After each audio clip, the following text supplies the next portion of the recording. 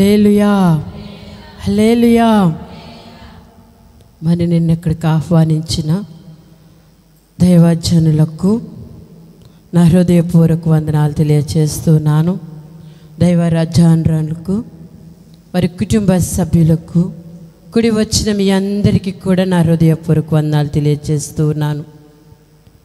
మరి చక్కటి మందిరము, చక్కటి ఆరాధన, చక్కటి ప్రార్థనలు ఇంతవరకు చేస్తాం. దేవునికి స్తోత్రం, హల్లెలూయా. దేవుడు ఎంత అద్భుతమైన కృపనిచ్చాడంటే మీ అందరికీ, మీరు చాలా ధన్యులు. దేవునికి స్తోత్రం. దేవుడుగా గల జనులు ధన్యులు. దేవునికి స్తోత్రం.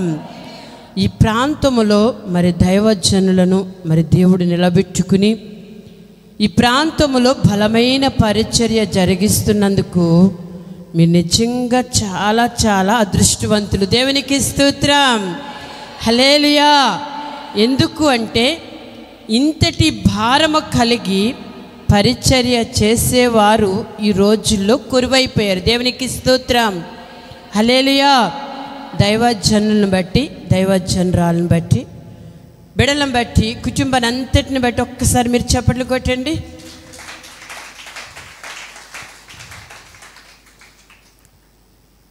ఈ ప్రాంతానికి నేను రావటం మొట్టమొదటిసారి. దేవునికి స్తోత్రం, హల్లెలూయా. మరి దైవజనులు అనుకోని రీతిగా దేవుడు మాకు పరిచయం చేశారు. ఒక ప్రాంతానికి దైవజనులు జనవరి 20వ తారీఖున వచ్చారు. ప్రభువు ప్రేరేపణ బట్టి ఒక ప్రాంతానికి దైవజనులు వచ్చారు. అదే ప్రాంతానికి నేను కూడా అనుకోని రీతిగా అక్కడికి వెళ్ళటము జరిగింది. దేవునికి స్తోత్రం. ఆ రోజు దైవజనులు వాక్యము చెప్పారు, దైవజనరాలు ప్రార్థన చేస్తారు. నేను కూడా దేవుడు నాకు ఇచ్చిన దాన్ని బట్టి కొన్ని నిమిషాలు నాకు కూడా సమయం ఇస్తే వాక్యము చెప్పటం అక్కడ జరిగింది. దేవునికి స్తోత్రం, హల్లెలూయా. ప్రార్థన అయిపోయిన తర్వాత దైవజనరాలు నేను కొన్ని సంఘం గురించి మాట్లాడుకుంటున్న సందర్భంలో దైవజనులకు ఇచ్చిన ప్రేరేపణ బట్టి దైవజనులని పిలిచి, అమ్మాయి ఎక్కడ పరిచర్య ఏంటి అని అడిగినప్పుడు, ఫలానా ప్రాంతమయ్యా, ఆ ప్రాంతంలో నేను పరిచర్య చేస్తున్నానని చెప్పినప్పుడు మరి దైవజనులు ఏమన్నారంటే ఆ మందిరానికి రావడానికి మరి దేవుడు ఒక ప్రేరేపణ ఇచ్చాడమ్మా, మీరు నేను వెళ్తున్న సందర్భంలో ఆ మందిరానికి వచ్చి ప్రార్థన చేయాలని దేవుడు ఆలోచనిస్తున్నారని చెప్పినప్పుడు సరేనండి అయ్యా రండి అనేసి అన్నాను. అలాగే మరి దైవజనులు రాత్రి 12 గంటల సమయంలో మరి వచ్చి మా మందిరంలోకి వచ్చి ప్రార్థన చేస్తారు. దేవునికి స్తోత్రం, హల్లెలూయా. అప్పటి నుంచి మరి దైవజనరాలు మరి ప్రార్థన ఫోన్ చేస్తూ ఉంటాము, ఇద్దరం మాట్లాడుకుంటుంటాము. మరి పరిచర్య నిమిత్తము మరి మా కుటుంబం కొరకు కూడా భారం కలిగి ప్రార్థన చేస్తున్నారు దైవజనులు. అదే విధముగా మనము చూచినట్లయితే మరి 31వ తారీఖున నా కుమార్తె మరి పుట్టినరోజు జరిగిందండి. ఆ పుట్టినరోజుకు కూడా మరి దైవజనులు కుటుంబంతో సహా వచ్చి మా యొక్క పరిచర్యలో పాల్గొన్నారు. దేవునికి స్తోత్రం, హల్లెలూయా. నా గురించి మీకు నన్ను నేను పరిచయం చేసుకుంటాను. ఎందుకంటే నేను నా భర్త మరి నాకు 2 పిల్లలండి. అయితే మేము ఇతర దేశంలో ఉన్నాము, ఇతర దేశం వెళ్ళాము. 10 సంవత్సరాలు నేను ఇతర దేశంలో కష్టపడ్డాను. తర్వాత నా భర్త అయితే 5 సంవత్సరాలు ఉన్నారు. మేము దేవుని సేవ నిమిత్తము అవన్నీ విడిచిపెట్టేసి వచ్చేస్తామండి. దేవునికి స్తోత్రం. అది మొదలుకొని మేము చేస్తున్న పరిచర్లో ముందుకు వెళుతూ ఉండగా 2021వ సంవత్సరంలో నా భర్త ప్రభు సన్నిధికి పిలువబడ్డారండి. దేవునికి స్తోత్రం, హల్లెలూయా. పిలువబడిన తర్వాత నేను ఏం చెయ్యాలో అర్థం కాలేని పరిస్థితిలో నేను ఉండిపోయానండి. ఎందుకంటే అంతవరకు వాక్యం ఆయనే చెప్పేవారు. నేను ఆరాధన మాత్రమే చేసేదని, పాటలు పాడేదని, ప్రార్థన చేసేదాన్ని. అయితే పరిచర్యను విడిచిపెట్టి వెళ్ళిపోయారు.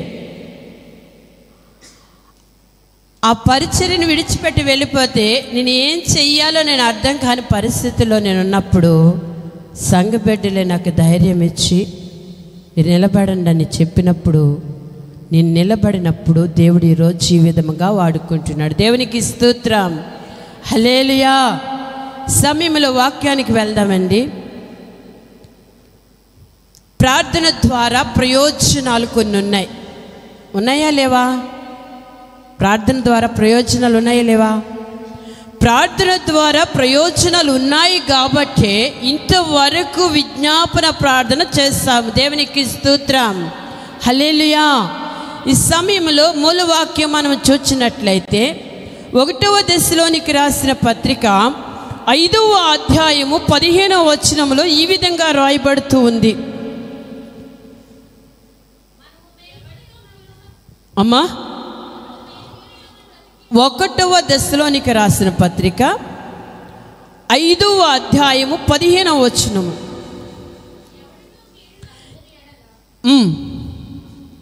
ఎవడునో కీడునకు ప్రతి కీడు ఎవనికైనను చేయకుండా చూచుకొనుడి. మీరు ఒకని ఎడల ఒకడును మనుషులందరి ఎడలను ఎల్లప్పుడూ మేలైన దానిని అనుసరించి నడుచుకొనుడి. ఎల్లప్పుడూ సంతోషముగా ఉండుడి. ఎడతెగక ప్రార్థన చేయండి. దేవునికి స్తోత్రం, హల్లెలూయా. ఈ సమయంలో ప్రార్థన చేద్దాము. ఒక నిమిషము. అయ్యా, నా ద్వారా దేవుడు మీతో ఏం మాట్లాడబోతూ ఉన్నాడు? పరిశుద్ధుడా, సర్వోన్నతుడా, నీ ఘననామములో ప్రార్థిస్తున్నాం తండ్రి. ఈ రాత్రికాల సమయంలో ప్రభు ఈ యొక్క ప్రాంతంలో ఈ యొక్క మందిర ఆవరణములో నిలబడి అయ్యా, ఇదిగో నీ పక్షముగా నిలబడుతున్న నన్ను నా తండ్రి మీరు బలపరచండి ప్రభు. నాలో నుంచి కొన్ని మాటలు ప్రభు ఇక్కడ చేరి ఉన్న ప్రజలతో మీరు మాట్లాడండి ప్రభు. మీరే మహిమ పొందుకొనమని అడుగుతున్నాను మా పరమ తండ్రి, ఆమేన్. ఇక్కడ అపోస్తలుడైన పౌలు ఈ దశలోనికి సంఘానికి రాస్తూ ఏమని మాట్లాడుతూ ఉన్నాడంటే, ఎవడును కీడునకు ప్రతి కీడు ఎవనికైనానో చేయకుండా చూచుకొనుడి. దేవునికి స్తోత్రం, హల్లెలూయా. ఎవరైనా మనకి ఒకవేళ కీడే చేస్తే మనం ఏం చేయాలనుకుంటాం? వాళ్ళకి అమ్మా మేలు చేయాలనుకుంటామా, కీడు చేయాలనుకుంటామా?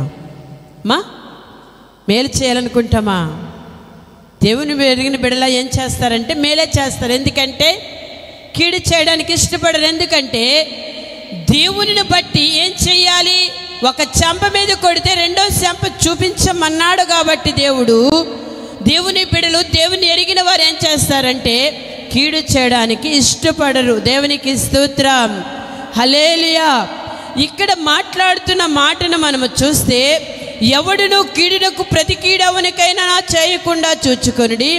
మీరు ఒకని ఎడల ఒకడు మనుషులందరి ఎడల ఏం చేయాలి?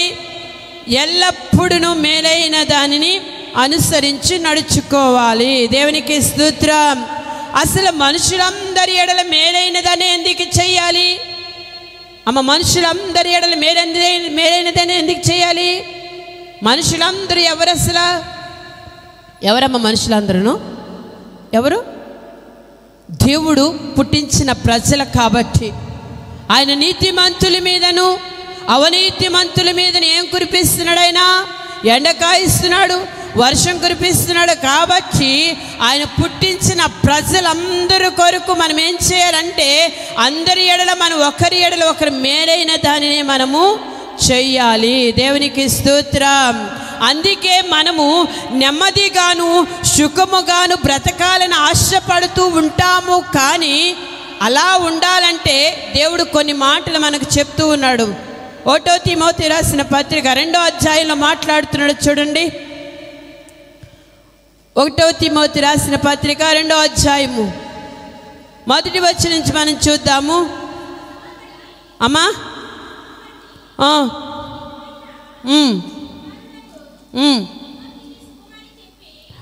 1వ తిమోతి రాసిన పత్రిక 2వ అధ్యాయం 1వ వచనము, మనము సంపూర్ణ భక్తియు మాన్యతయు కలిగి నెమ్మదిగాను సుఖముగాను బ్రతుకు నిమిత్తము అన్నిటికంటే ముఖ్యముగా మనుషులందరి కొరకును రాజుల కొరకును అధికారులందరి కొరకును విజ్ఞాపనలను ప్రార్థనలను యోచనలను కృతజ్ఞతాస్తుతులను చేయవలనని హెచ్చరిస్తూ ఉన్నాడు. దేవునికి స్తోత్రం. ఇక్కడ ఏం చెప్తున్నాడమ్మా? హెచ్చరిస్తూ ఉన్నాడా? నాయనా బాబు ఇది చెయ్యని చెప్తూ ఉన్నాడా? ఏం చెప్తున్నాడమ్మా? హెచ్చరిస్తూ ఉన్నాడు. అందుకే మనము దశలోనికి రాసిన పత్రికలో చూసినట్లయితే అక్కడ ఒకరి ఎడల ఒకరు, అందరి ఎడల ఎలా ఉండాలి? మనుషులందరి ఎడల మేలైన దానినే అనుసరించి నడుచుకోవాలి. దేవునికి స్తోత్రం. ఇక్కడ మాట్లాడుతున్న మాటను మనము చూస్తే మనము నెమ్మదిగాను సుఖముగాను బ్రతకాలని ఆశపడతాం, అంతేకాని మనుషులందరి కొరకు మనం ప్రార్థన చేయరు. దేవునికి స్తోత్రం. చేస్తారా మనుషులందరి కొరకు ప్రార్థన? అమ్మా చేస్తారా? వాళ్ళ కొరకు నేను ఎందుకు ప్రార్థన చెయ్యాలి అమ్మా? వాళ్ళు అలా ఉంటే నాకెందుకు?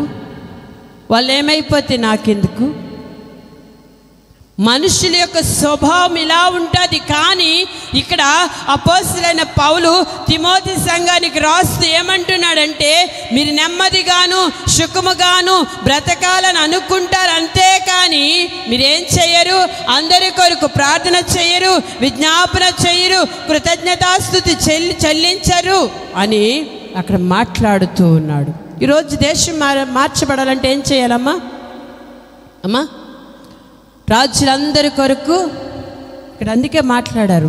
దైవజనులు చక్కటి ప్రార్థన చేస్తారు. ఏంటంటే అందరి కొరకును, అన్ని సమస్యల కొరకును, వచ్చిన వారందరి కొరకును, ఇంకా మరి ఎగ్జామ్స్ రాస్తున్న వారి కొరకు, అందరి కొరకు, అన్ని సమస్యల కొరకును విజ్ఞాపన చేస్తున్నారు. దేవునికి స్తోత్రం. హల్లెలూయా. అలాంటి విజ్ఞాపన మీరందరూ కూడా ఏం చేయాలి? కలిగి ఉండాలి. దేవునికి స్తోత్రం. ఇక్కడ వెళ్తే ప్రార్థన ద్వారా కొన్ని ప్రయోజనాలు మీకు చూపిస్తాను. మొట్టమొదటిగా ప్రార్థన ఎక్కడ ఆరంభమైందో మనం చూసినట్లయితే ఆదికాండము 4వ అధ్యాయం 26వ వచనం చూద్దాము. మరియు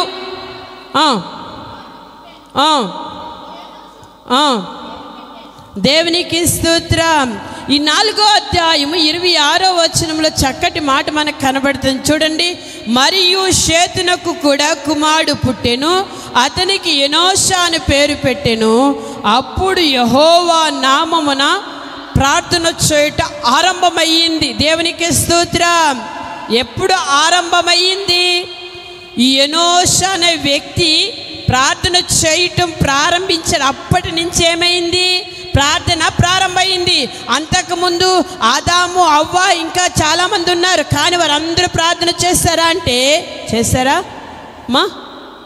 చేయలేదు. ఇక్కడ అంటున్నాడు కదా, ఎప్పుడు ప్రార్థన ప్రారంభమైందంటే ఎనోషా అనే వ్యక్తి ద్వారా. దేవునికి స్తోత్రం.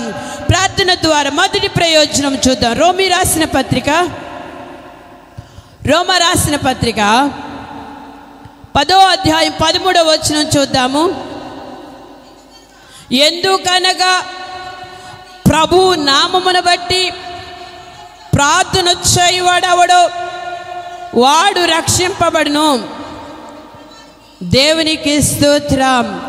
మొదటి ప్రయోజనం ఏంటంటే ప్రార్థన చేస్తే ఏమొస్తుంది అమ్మా?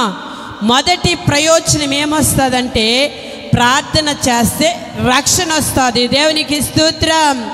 నీ బిడ్డలకి రక్షణ కావాలన్నా, నీ కుటుంబానికి రక్షణ కావాలన్నా, నీ గ్రామానికి రక్షణ కావాలన్నా ఏమి చెయ్యాలి మీరు అమ్మా? ఏం చెయ్యాలి? ప్రార్థన చెయ్యాలి. దేవునికి స్తోత్రం. మొదటి ప్రయోజనం మనం చూస్తే ప్రార్థన చేస్తే ఏమొస్తుందంటే రక్షణ వస్తుంది. దేవునికి స్తోత్రం. ఇక్కడ చక్కగా మాట్లాడుతూ ఏమంటున్నాడంటే, ఎందుకనగా ప్రభువు నామమును బట్టి ప్రార్థన చేయువాడెవడో వాడు రక్షింపబడును. దేవునికి స్తోత్రం. నువ్వు రక్షించబడాలి, నీ కుటుంబం రక్షించబడాలి, నీ బిడ్డలు రక్షించబడాలి. దేవుడు ముందుగా నిన్ను రక్షించుకున్నది ఎందుకు అంటే, ఎందుకమ్మా? నువ్వు రక్షించబడి, లేక నీ భర్తకి రక్షణ లేదా, నీ భర్త రక్షణ కొరకు.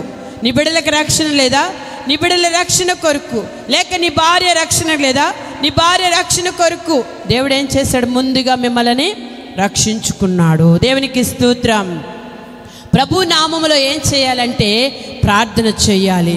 ఎప్పుడైతే ప్రభు నామములో ప్రార్థన చేస్తారో అక్కడ పై వచనాల్లో మాట్లాడతాడు. ఏమనంటే 12వ వచనంలో చూస్తే చూడండి, యూదుడని గ్రీసు దేశస్థుడని భేదము లేదు, ఒక్క ప్రభువే అందరికీ ప్రభు అయ్యుండి తనకు ప్రార్థన చేయవారందరి ఎడల కృప చూపుటకు ఆయన ఐశ్వర్యవంతుడై ఉన్నాడు. దేవునికి స్తోత్రం.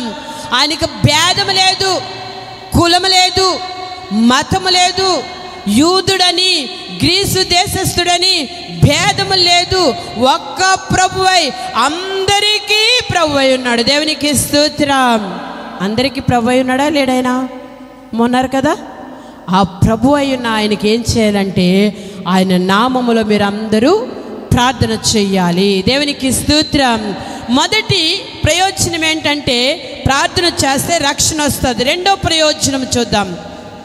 ఫిలిప్పీ రాసిన పత్రిక 4వ అధ్యాయం 5వ వచనం చూద్దాం. నీ సహనమును సకల జనులకు తెలియబడనీయుడి, ప్రభువు సమీపముగా ఉన్నాడు,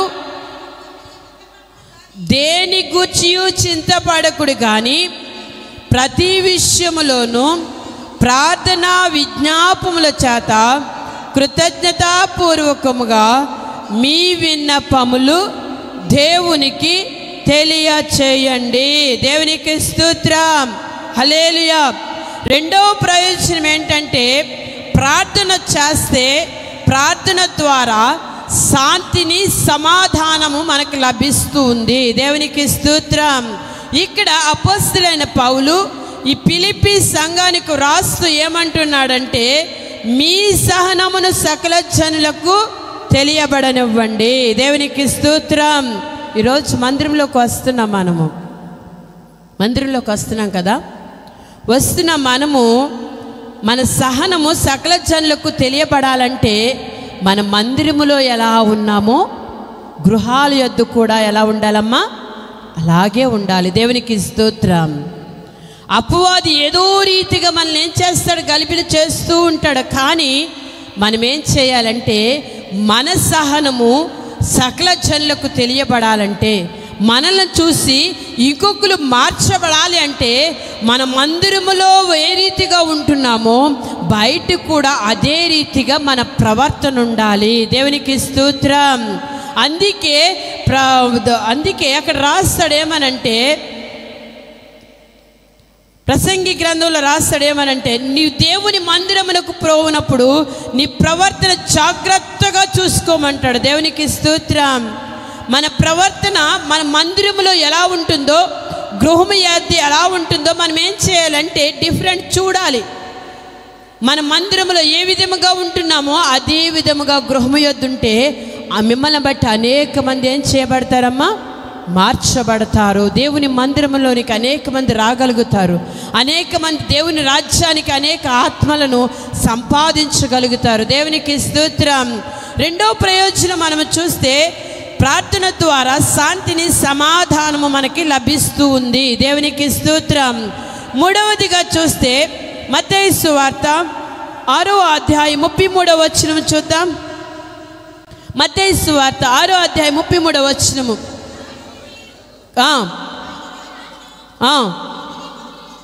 దేవునికి స్తోత్రం. మొదట మనం ఏం వెతకాలంటే ఆయన రాజ్యమును, ఆయన నీతిని. దేవునికి స్తోత్రం.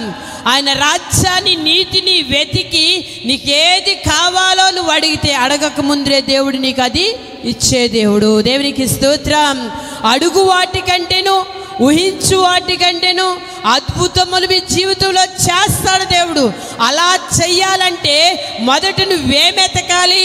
దేవుని యొక్క నీతిని, దేవుని యొక్క రాజ్యాన్ని నువ్వు వెతికినప్పుడు దేవుడు సమస్తమును సమకూడి జరిగించే దేవుడుగా ఉన్నాడు. దేవునికి స్తోత్రం. మూడో ప్రయోజనం మనం చూస్తే ప్రార్థన ద్వారా దేవుని నీతిని, రాజ్యాన్ని పొందవచ్చు. నాలుగవదిగా చూద్దాం యాకోబు రాసిన పత్రిక. నాలుగవదిగా చూద్దాం యాకోబు రాసిన పత్రిక 5వ అధ్యాయము 15వ వచనం చూద్దాము. విశ్వాస సహితమైన ప్రార్థన ఆ రోగిని స్వస్థపరచును, ప్రభువు అతను లేపును. అతడు పాపము చేసిన వాడైతే పాప క్షమాపణ నొందును.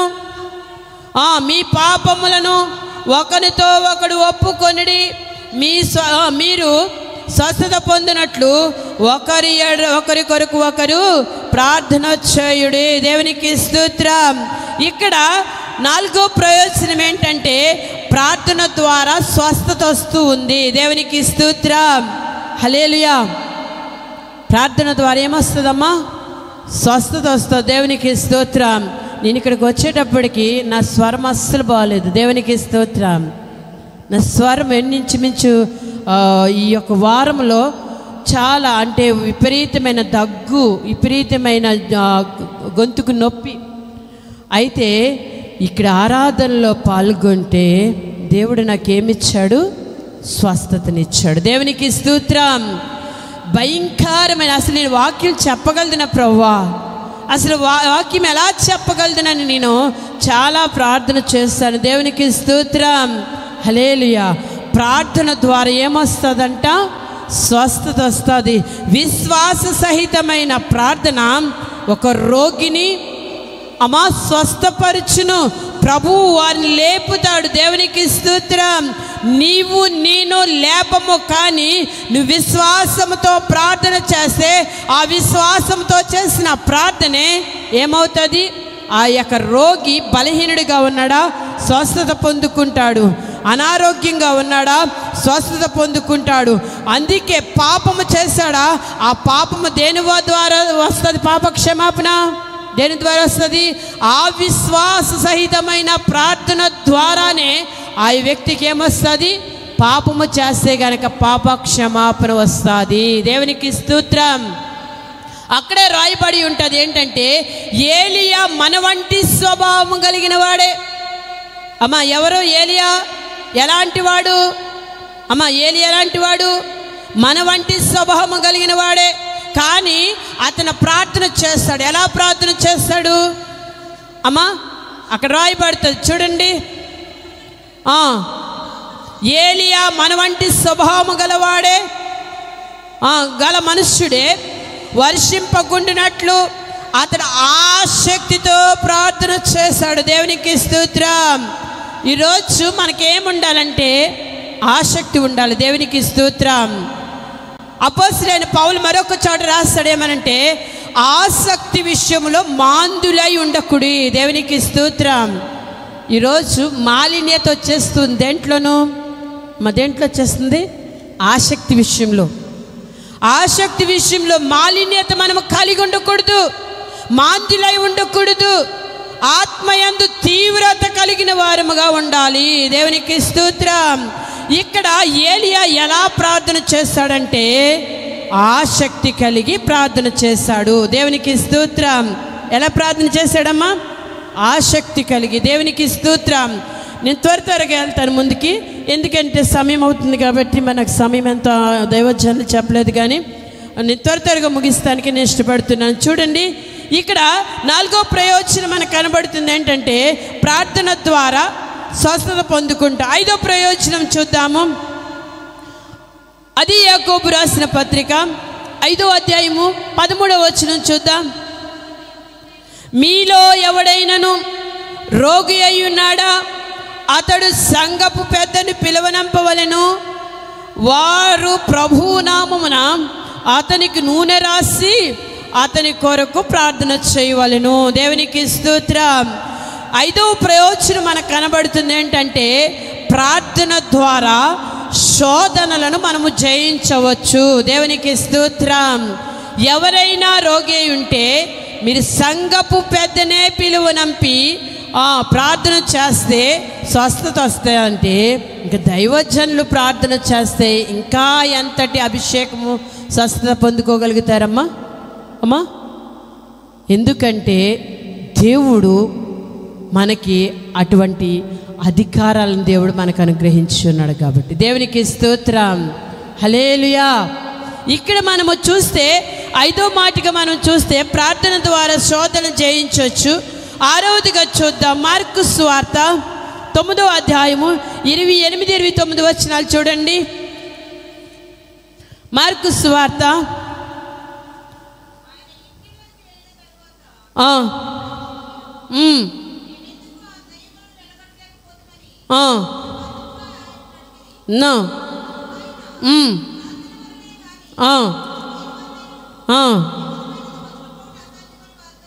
దేవునికి స్తోత్రం. హల్లెలూయా. ఇక్కడ మూగదయ్యము మనకు కనబడుతుంది. మూగదయ్యం పట్టిన ఒక కుమారుడు మనకు కనబడతాడు. ఇది ఇంకా అంటే ఈ మాటలో ఓతికెళ్తే ఇంకా చాలా సమయం అయిపోద్ది కాబట్టి మీకు క్లుప్తంగా చెప్తున్నాను. ఒక మూగదయ్యం పట్టిన ఒక కుమారుడిని శిష్యుడి దగ్గర తీసుకొస్తాడు అతని తండ్రి. కానీ ఆ దయ్యాన్ని ఆ శిష్యులు వెళ్ళగొట్టలేకపోతూ ఉంటారు. అయితే యేసయ్య దగ్గరికి వచ్చి యేసయ్యను వెళ్ళగొట్టమంటే యేసయ్య వెళ్ళగొడతారు.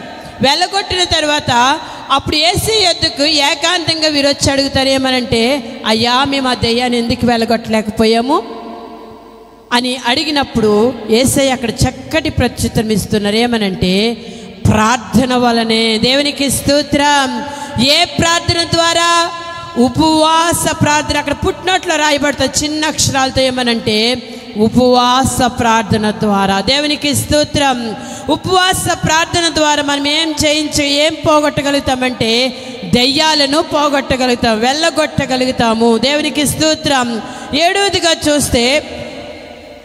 7వదిగా చూద్దాము. యాకోబు రాసిన పత్రిక 1వ అధ్యాయం 5వ వచనం చూద్దాం.